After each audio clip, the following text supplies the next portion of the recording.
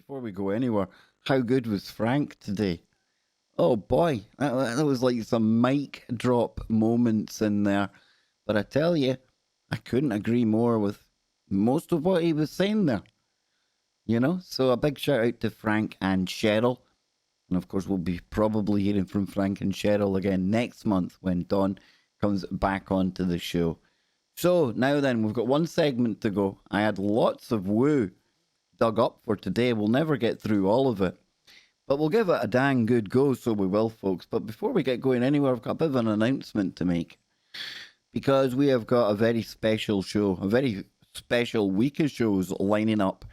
And it all kicks off on Monday, the 15th of March. And if you're in the UK and if you're in America, I say if because there's a good chance we're going to have a lot of Australian people listening on Tuesday, the 16th of March, if you're in Australia.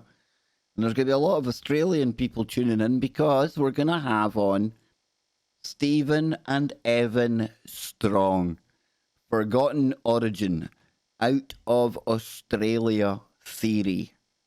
Yes, indeed. They're going to be coming onto the show. They've also got a little conference that I'm going to be taking part in this weekend. Well, I'm not taking part. I'm going to be there to watch it. And it's called Our Alien Ancestry, What Comes Next. We've got Stephen and Evan Strong, Uncle Lewis Walker, Barbara Randall, Alan Parsons, and Solretta Anteria. They're going to be speaking about our alien ancestry. So that's all to look forward to. And I say it's going to be a good week of shows that week because we're also going to be joined by Nacy, Luna, Donnie, and a couple of other original speakers from Down Under on Freaky Friday that very same week. Yes, so on Friday the 19th of March, we're going to be having a very special broadcast, and we'll have the Anishinaabe, we'll have original people from Australia, we'll have me, we'll have Scotty. It is going to be a woo fest. That week, I'm going to try and get some ancient type maybe authors that write about ancient astronauts, maybe ancient monuments. I've got a couple of people in mind that I could bring on the Tuesday and the Wednesday to make that like some kind of archaeological extravaganza. Yeah, where do we come from? And I do think a big piece of that story does take us back to Australia. It's just my opinion. It's shared by others out there. And Stephen and Evan Strong are going to be coming on and sharing their years of research into all of these topics. Oh, yes, exactly, Luna. It's going to be a good week. Yes, it is. So listen, one thing that we had planned to get into today, and it's quite woo, and I'm going to do it because Jimmy had provided this link a couple of weeks ago. And we were going to talk about it tonight. And unfortunately, Jimmy can't be with me. Big shout out to Jimmy. But he brought up a topic that when I first heard it, I thought, what's this all about? And the topic was giant doors. Now, it doesn't sound typically like something that might be too interesting, but it is. Oh, it is. So we're going to take a look at some mysterious giant doors. And this comes from a website called beamazed.com, and it says, mysterious doors that can never be opened. Now, I've probably gone and got this mixed up. I think the one about the giant doors is in another article, but that's okay, because we've still got mysterious doors we can get into. And here's a synchronicity, right? Because if you listened to the show the other night when Ben Emlyn Jones was on, he was talking about the Vedic texts. He was talking about the Varmanas. And he was also talking about a place called Sri Padmana Bwasami. And I've butchered the name of that. But that's number 10 on today's list of mysterious doors. It says in the state of Kerala, or Kerala, in southern India, there's a real life story of treasure, ancient secrets, and deathly intrigue. The temple of Sri Padmana Bwaswami in Trivandrum is a holy shrine to Mahavishnu, the most powerful Hindu deity. Now, the entirely gold temple, or gold-plated temple, was built in the 16th century and was renovated a few hundred years later by the kings of Travancore, one of India's wealthiest ancient families. Now, according to local legends, the kings of Travancore had hidden their vast wealth within the stone walls and vault of the temple. Then in 2011, the Indian Supreme Court demanded a routine audit of the temple's treasury. Now, counting the treasure was harder than it sounds. Local religious leaders warned that opening the vaults would disrespect Mahavishnu, leading to catastrophic heavenly punishment. And the last time someone tried was in 1931, and the legend has it a sudden plague of cobras sprang from the vault. That's truly like Indiana Jones type stuff, but this is what we were talking about the other night with Ben Emlyn Jones, right? It says, but despite protests and death threats from hardline Hindus, lawyer T.P. Sundarajan got permission to open it for the first time in centuries. Not long later, he and his team opened 5 of the 6 vaults. The findings were stunning. Inside the gold temple was a breathtaking hoard of crowns, weapons, bags of diamonds, rubies, gold statues, vessels made of gold, golden elephants. Wonder if they had breasts. Listen, I'm only asking because there's pictures of elephants that have them now. And in my reality, I don't ever remember elephants looking like that. I'm just saying. Gold coins, even gold coconuts studded with jewels. In total, the value of the contents was $1 trillion US dollars. But one mysterious door remained locked. The main vault, named the Baratakan Kalara. A huge serpent figure on the door indicated danger, and temple priests and Vedic scholars insisted opening the final door would bring grave misfortune. The only way to safely enter the vault would be if a Hindu priest or saint performed a sacred rite known as a Garuda mantra. The only problem is, there's nobody alive who knows how to do it. Of course, some people doubt things like curses and superstition, but since the lawyer, Sundarajan, mysteriously passed, nobody has dared to open the final vault. Kind of reminiscent of some of the curse stories that you hear from Egypt and some of the archaeologists when they were going and raiding the tombs, when they were excavating, around the pyramids and all these ancient sites over yonder. I think there is curses. Would I have opened any of those doors? Probably not. But it makes you wonder what is behind that door. And there's a part of me thinks that at some level, somebody's had a look, right? You can't tell me that there's like untold wealth potentially behind that door and nobody's taking a look. I wonder what's in there. Maybe, perhaps it's better it remains closed. It keeps the mystery open, right? Well, like a mystery. Yes, indeed. So number 9 is the smallpox vaults. Smallpox is a deadly and highly contagious disease that has killed millions through the course of human history. It's been found in tombs of the Egyptian mummies and claimed the lives of kings, queens, and peasants alike. The disease caused a painful pus-filled rash to erupt all over the body and led to really, really nasty passing. So we're going to scroll down. We'll see what other doors are here. Number 8, Emperor Qin, or Emperor Qin's secret tomb. I wonder if this has anything to do with the red dragons and the ambassador. Maybe he's got the key, right? As the Roman Empire was in turmoil, ancient China, although an abode of strange mysteries, was enjoying an era of peace. Emperor King Shi Huang had united the 7 warring states and became the head of the first imperial Chinese dynasty. Bet he was wicked at sword fighting. This was an all-powerful leader who dreamt of living forever. He only came to power at the age of 13, but he started work on his tomb immediately to make his entire afterlife fitting for a king. Well, an emperor. And Emperor Qin didn't mess around.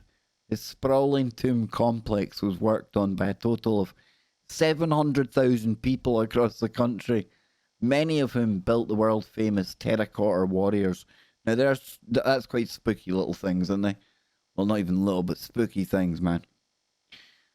But the pictures we have of Emperor Qin's vast army are just the tip of the iceberg. His tomb itself remains sealed, and we can only speculate about what's inside. Chinese archaeologists have warned that the tomb is protected by booby traps and contains toxic mercury. Mercury. Okay. We were just talking about that the other day with Ben. I was asking him his thoughts on why we get mercury under temples and pyramids. Just saying. The scale of the tomb is also huge, and it would be impossible to excavate with current technology. Maybe one day mankind will see inside Emperor's final resting place, but don't hold your breath. Number 7, the Hall of Records. Oh, now there's a good one. There's a good one, right? Now to Egypt, land of the Nile, and ancient world wonders like the Sphinx. A huge lion with a pharaoh's head carved from a single gigantic piece of limestone.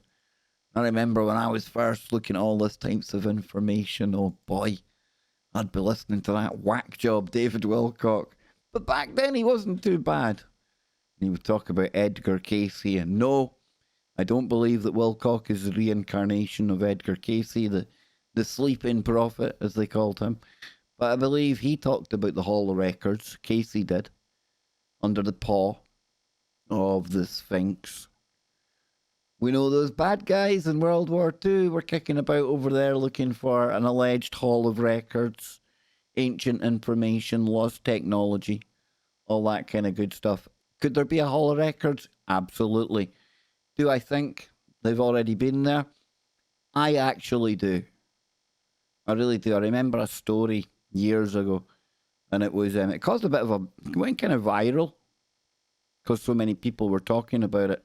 But it was like JCB's excavators working at night in and around the pyramid, and this was around the time when there was rumoured to have been some discovery made underground.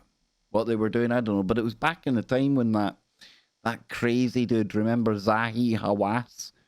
The keeper of the secrets, as he should be called, when he was the head of the antiquity department in Egypt, trying to get information and truth out of him. You had more chance getting truth out of a politician, ladies and gentlemen. That's what we were talking about there. There's a new guy in charge now. We can but hope that we get more of the information that we all crave, because Egypt is one of those places, right? It just is. So it says there is no doubt that the Sphinx still hides secrets, and Egyptologists will be still studying it in their search to solve the riddles of history. But no theory is too outlandish involving ancient Egypt. Following the discovery of empty spaces below the Sphinx by new ground-penetrating radar, some experts have claimed to have found the mythical Egyptian Hall of Records. This would be a gigantic find and would contain a trove of information and artifacts that would give us new insights into Egypt's mysterious civilization. The most exciting prospect for conspiracy theorists, in other words, people that dare to think outside the box, is that the Hall of Records might prove their claims that aliens visited Earth during the times of the pharaohs and could tell us the location of the mythical city of Atlantis. Now that would be cool. It says here, so why are the Egyptian authorities blocking excavations under the Sphinx? Could it be that those Why do they conspiracy theorists? It's just people talking about what might be under the Sphinx. Okay, we get it. We get it, right? You try to make us look silly all the time for just asking questions. I get it.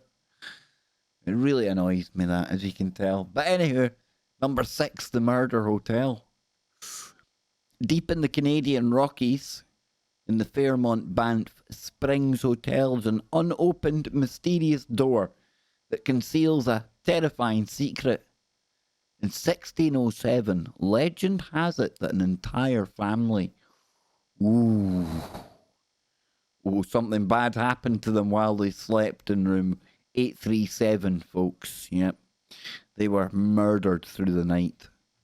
Housekeeping discovered their bodies the next morning lying in pools of blood with bloody handprints all over the walls. And since then, the room has been boarded up and plastered over.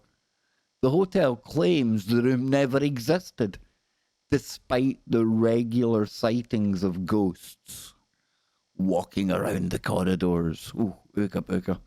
Number 5, the Taj Mahal's basement. So back to India and the world famous Taj Mahal. Its famous white dome is an Indian national icon, but some believe it has a secret just beneath the surface.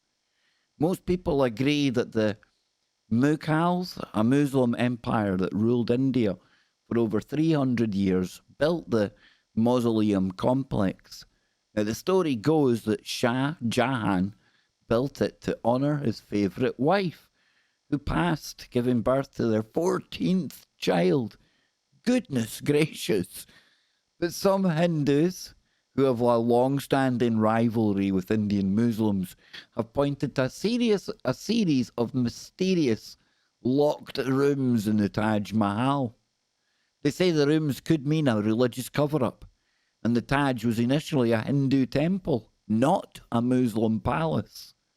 There are areas of the Taj Mahal that are off limits, and the doorways that have been bricked up. But is this for conservation, like the authorities say, or to hide something far more mysterious? What we do know, if nobody has never been let inside. Okay, whatever. Machu Picchu. Here we go. Built by the Incas, the citadel of Machu Picchu dates from medieval times, but was unknown to the rest of the world until 1911. That's insane. I mean, that isn't that long ago. You know, that's only like just over 100 years ago. Inca kings used the secretive city high in the mountains as a fortress until its population fled from Spanish invaders and the smallpox that they brought. But archaeologists say that the Incas left behind more than ruins. Beneath Machu Picchu lie undiscovered caves and a tomb system. Radar analysis has shown the presence of metal, almost certainly gold and treasure, but the location of these chambers makes them impossible to reach. Or could it be mercury? Liquid mercury, I ask. Peruvians fear that archaeological intrusion will damage this sacred place and have refused to grant them permission. Who knows if we will ever find out what the Inca kings hid down there. Again, I would imagine somebody's been down there. Number 3, the Oncalo nuclear waste facility. How do you store highly dangerous nuclear waste? How do you keep it safe and prevent people from finding it, especially when it will stay dangerous for a millennia? Well, a Finnish company thinks it has found the answer by burying the waste in a huge underground facility. Yeah, sure, that's what they're doing down there. Deep inside granite bedrock, the repository is at the end of a 5-mile tunnel and will one day hold thousands of highly radioactive fuel rods, capable of causing terrible suffering for another 100,000 years. That's the same amount of time humans have been around on Earth, and experts say that this is the safest way to store it. But with a time period that long, can they be sure? Now, I'm going to post this picture over to the chat room. and TFR, just to give you an idea of the kind of size of underground type chamber we're talking about there. Holy shimoly. And if they can build that underground to take nuclear rods, yeah, what else is going underground? So we'll keep coming down here. Number 2, Pablo Escobar's safe. Oh boy, would I like to be able to get inside that. That would keep us going, eh? Colombian drug lord Pablo Escobar was notorious, gaining huge fame, wealth, and power by working with the CIA. Oh, sorry, that's what it should say. By smuggling stuff from South America into the US. Now, in the early 1990s, it was estimated that his gang supplied 80% of the Chico in North America. And Escobar was making a personal income of 21.9 billion with a billion US dollars every year. Holy cow. It says, but Escobar's luck didn't last forever, and he was taken out by police in his home in 1993. Escobar's huge estate was sold off, including a beachfront mansion in Miami. A wealthy family of entrepreneurs bought the property and were living there normally until they decided to do a bit of renovation. Halfway through the building work, they stumbled across an underground vault, and inside they found a huge metal safe. Now, knowing Escobar's reputation, the new owners of this £50 treasure chest were a little scared of what they might find. Could be drugs, guns, money, anything. However, before they had the chance to open the safe, it was stolen. Oh, the irony. So far, it has not been recovered, so we may never know what it contained. The Miami police have not made any arrests, and besides, they don't know what was stolen except for an old safe. It seems Escobar still has the power to create mysteries, even from beyond the grave. Number 1 is something, the Preston egg. Now, that name doesn't ring a bell to me, I must admit. So it says here, a now to an unlikely location for our final mystery. The town of Preston in Lancashire, England. An unassuming safe deposit box sits in a blank vault in this sleepy town. Rumour has it that inside is a priceless Faberge egg that used to belong to the Russian Tsars. Wow. Faberge eggs are incredibly rare and valuable and were made for the Russian royal family out of gold and gemstones. 43 are held in museums and collections. The Queen of England has 3 of them, but 7 are still missing. Prince Philip's probably put them under the pillow. And with only 2 of those thought to have survived the Russian Revolution. So how did one end up in Preston? Well, the theory goes that Dr. Maxwell Wilcock, is he the father of David? I'm only joking. An eccentric explorer, or a LARPer, who travelled regularly to the Soviet Union during the Cold War, was actually a spy. He's now passed, but his family claim he spoke of owning a gold egg and was friends with a jeweller who was last known to own it. When he passed, he left a trail of money and suspicious items behind. His family found thousands of pounds stuffed in his pyjamas, and the jeweller who last saw the famous egg didn't realise its value and sold it for £1,250. In today's money, it would be worth a cha-ching, cha-ching, $38 million. Of course, Wilcock's family are desperate to open his safe deposit box and reap the rewards for the enigmatic family member. But with no mention of it in his will and with no other authorization, the bank is refusing to let them look inside. Let's hope that this is one mystery they'll manage to crack. I think they stole the egg. So, would you risk an ancient curse to become fabulously wealthy? Let me think about that. Yes, I would, ladies and gentlemen. And maybe we should go after these strange mysteries to find the truth, no matter what. That was quite fun. I hope you've had fun today. I've had fun today. Thank you for hanging out with me. I'll be back tomorrow. Scotty Lopez tomorrow, but it's a special broadcast tomorrow because Mary Dacina is going to be joining me and Scotty for the Kev Baker show tomorrow night. Mary Dacina, ladies and gentlemen. So the phone lines will be open. We're going to be getting into the metaphysical, the astrological, the woo, right here with all of you. Stay tuned. Lucky coming up after the break. Don't go anywhere. Wherever you are, make it TFR. And Denny, touch that dial.